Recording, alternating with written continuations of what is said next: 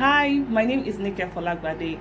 Recently, I started a series on how you can build marriage God's way, and I also did a few series on creating the right environment in your home, ranging from the internal environment, the external environment, the benefits of having this kind of environment in your marriage, especially when you're really hoping for God to, do certain things like change the situations in your marriage. And so I have a question today that I would like to treat. It's also about having the right environment. So let's listen to the question. So a wife sent me a message saying that my husband is always on his phone. When he comes back from work, he's back on his phone, and I try to connect with him, but he just seems so far away. He only comes to me when he's about to sleep, and even during weekends he has more time to either watch football or just be on his phone.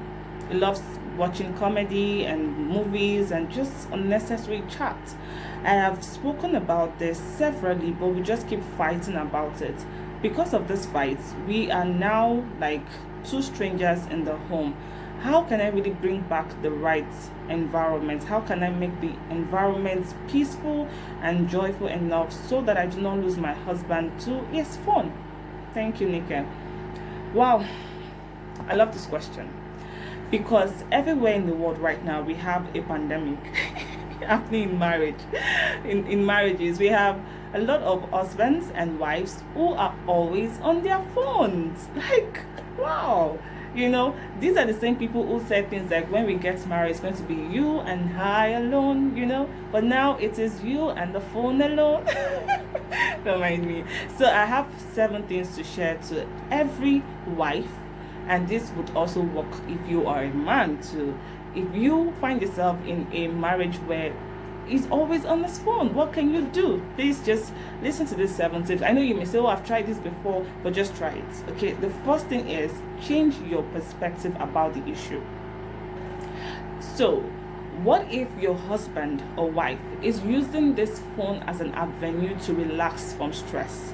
So like you said, when he comes back from work, he's back on his phone. Now, this is a very bad habit. Let me start by saying that, because there are people who say things like, the moment I get home, it is my family. No phone, no calls, nothing. And even weekends, I spend time with my family. There are people like that. And so if you're married to that kind of man, that's good for you. But if you're married to a man who just thinks that every opportunity he has, he should be on his phone, he has to connect with his friends, talk to this person, talk to that person, then you just have to change your perspective and say, okay, why exactly is this guy always on his phone? What does it derive from it? There's something he's deriving from it, and if you can actually find out what that thing is, you can actually find ways to bring in that same emotional attachment that he has with the phone. Number 2 is still on that first topic, first point rather. Don't see it as an attack on you. See it as a problem with your husband. Personally, it can be an addiction. Some people are just addicted to things. Some people have been addicted to social media even before they got married, but somehow the love that you had for each other, when you spend time with each other, you just felt like it was going to be like that in marriage. When you get into marriage, people just begin to relax and just show who they really are behind all those love and promises that they've shown you before.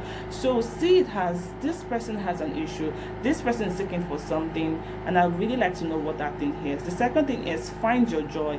If your husband sees that you're always nagging, talking, and always feeling moody when he's on his phone, if your husband is not a sensitive, empathetic person, he's just going to continue it. I can always understand that there are people who are married to a difficult husband or wife. You're just married to someone who is so tough, who just always wants to prove themselves, rather than being sensitive and loving in how they should behave. Understand that if a person is not influenced or controlled by the Spirit of God, it's very easy for them to be influenced by their selfish nature and carnal mind and those kinds of things. So find your joy. How do you find your joy?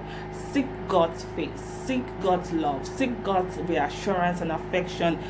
Spend time with your friends. Go out sometimes. If you need to go to the gym, if you need to go to go for shopping, if you want to go on vacation, if you want to go to the beach, if you want to go and make your hair, go to the spa, just enjoy yourself. Let your husband find you always smiling, vibrant, restaurant, singing, and you're just enjoying yourself, even when he's on his phone, he would rather begin to see that it feels like you're beginning to tone down on the constant fights. The third thing is be creative with your time.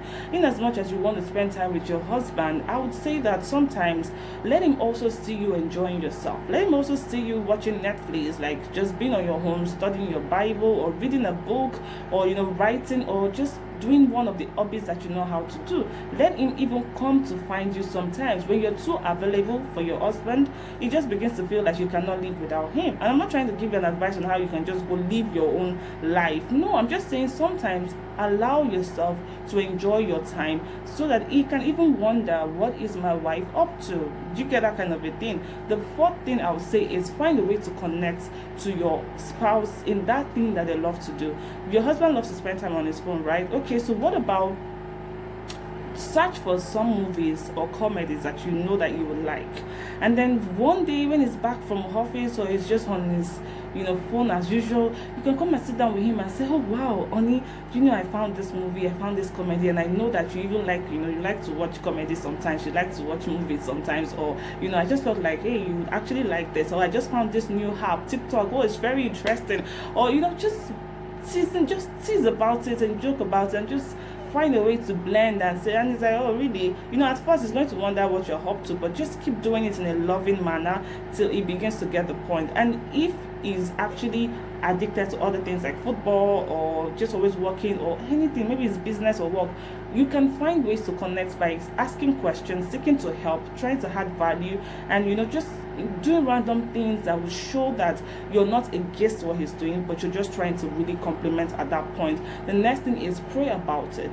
Pray that God touches the heart of your spouse to begin to show love and empathy towards you.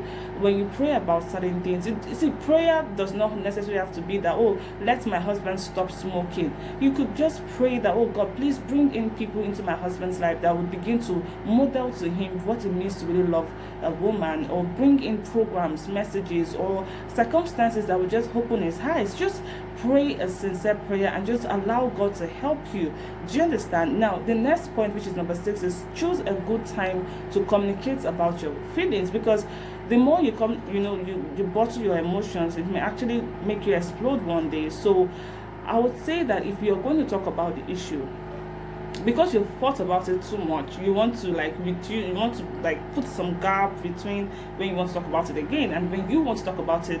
Choose a good time, make him happy, cook food, and just make sure he's smiling, make sure things have been going well, that the environment has been good, you built momentum very well, and then talk about how you feel without necessarily attacking him, like, oh, sometimes I really want to play with you, I really want to just spend some time laughing or just kissing with you, but then I find that you really enjoy being on your phone, and even though it's not bad, just I miss you, and I really wish that we could spend time more together. Just make it sound like you really wanted more, or not like I don't like how you're always on your phone, like you're always this, you're always that, you're so this, don't fight about it. And then the last point is be patient. Be patient. I know that if you ask someone else, they could tell you, oh, go tell him about it now, or seize the phone, or collect the phone, or do this or do that, or go and chat with a guy. But all those things do not work. If you want your marriage to work, you've got to use wisdom. It may look as if you're weak or foolish, but the truth is wisdom is actually what builds a home. Be patient.